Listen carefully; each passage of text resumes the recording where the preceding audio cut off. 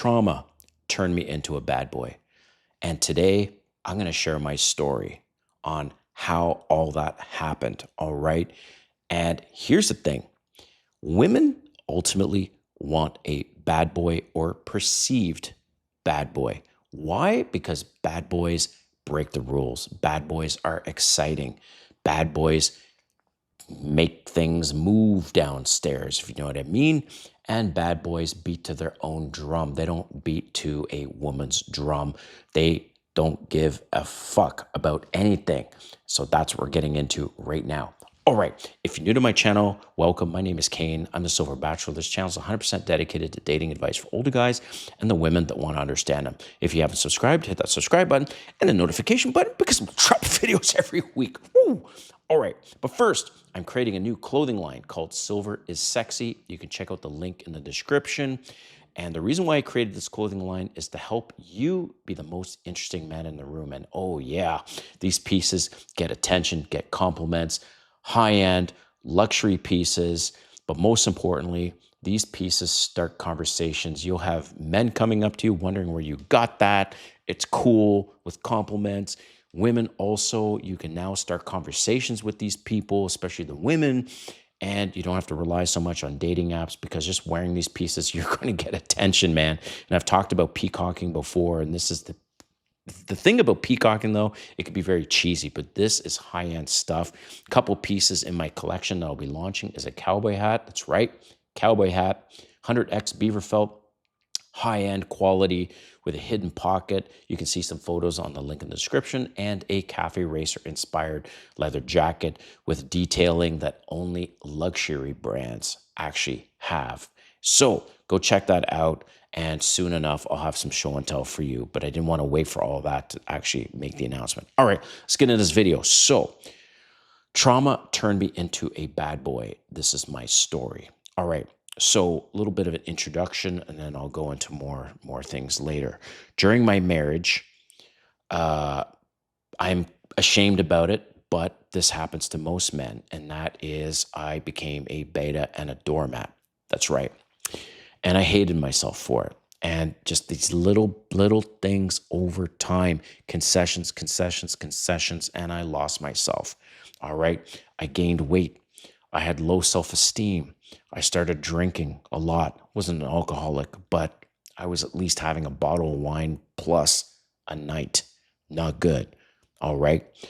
After my separation, it was 20-year marriage. So I was with this person for 22 years. After my separation, I was alone for the first time in 22 years. The silence was killer, man. Imagine a household. I don't have any children. Imagine a household where it's me, my wife at the time, 4 little dogs, 2 little birds, and then that there was a vibration in the house at that time to now being separated, having my own place, and the only noise I heard was the HVAC system humming from the air conditioning or the heating system or the heating that was happening. So that's separate. The silence was brutal at first. I then moved to about a year after my separation, year and a half. I moved to Atlanta, and I'm from Canada. And I moved to Atlanta alone. No family, no friends. And the worst time for me was on the weekends because it was too much time. And I found myself with I'm like, okay, there's only so many times I can go to the gym, only so many times I can DJ if I get booked for DJing, because I like to do that for fun. And this is one of the reasons why I created this YouTube channel, to ultimately keep myself busy, because not being busy was brutal. I also got my ass kicked in dating. So at least the first couple years of being separated, it was brutal, man. 22 years out of the game, right? And women were walking all over me. I had no idea what I was doing. Thank goodness for YouTube, because that's where I learned a lot of things. And ultimately, my experiences turned into something where eventually turned into this channel, okay? I was used, abused, seen as an ATM machine, lost tons of cash. And it was just, I just made a lot of stupid mistakes, just being naive and not knowing how things actually work out there, all right? To make matters worse, here I am in Atlanta finally, and I had an accident with my car. All right. I was never, unbeknownst to me, I didn't read the fine print. I was never supposed to bring my car over to the United States. I had an accident. My bank found out of Canada and went, hold up, where was this accident? What's the car doing there? And I told them that I moved, and they repoed my car because I was never supposed to bring it over the border. I was so damn humiliated. Then I had to make some tough decisions because, of course, they're coming after me for the money, all these things. And it was just this constant barrage of this. And, but then out of the blue, and I can't really put a finger on it, maybe it was shortly after my car got taken from me. And I had a Porsche Macan, okay? It wasn't just any car, it was a nice car.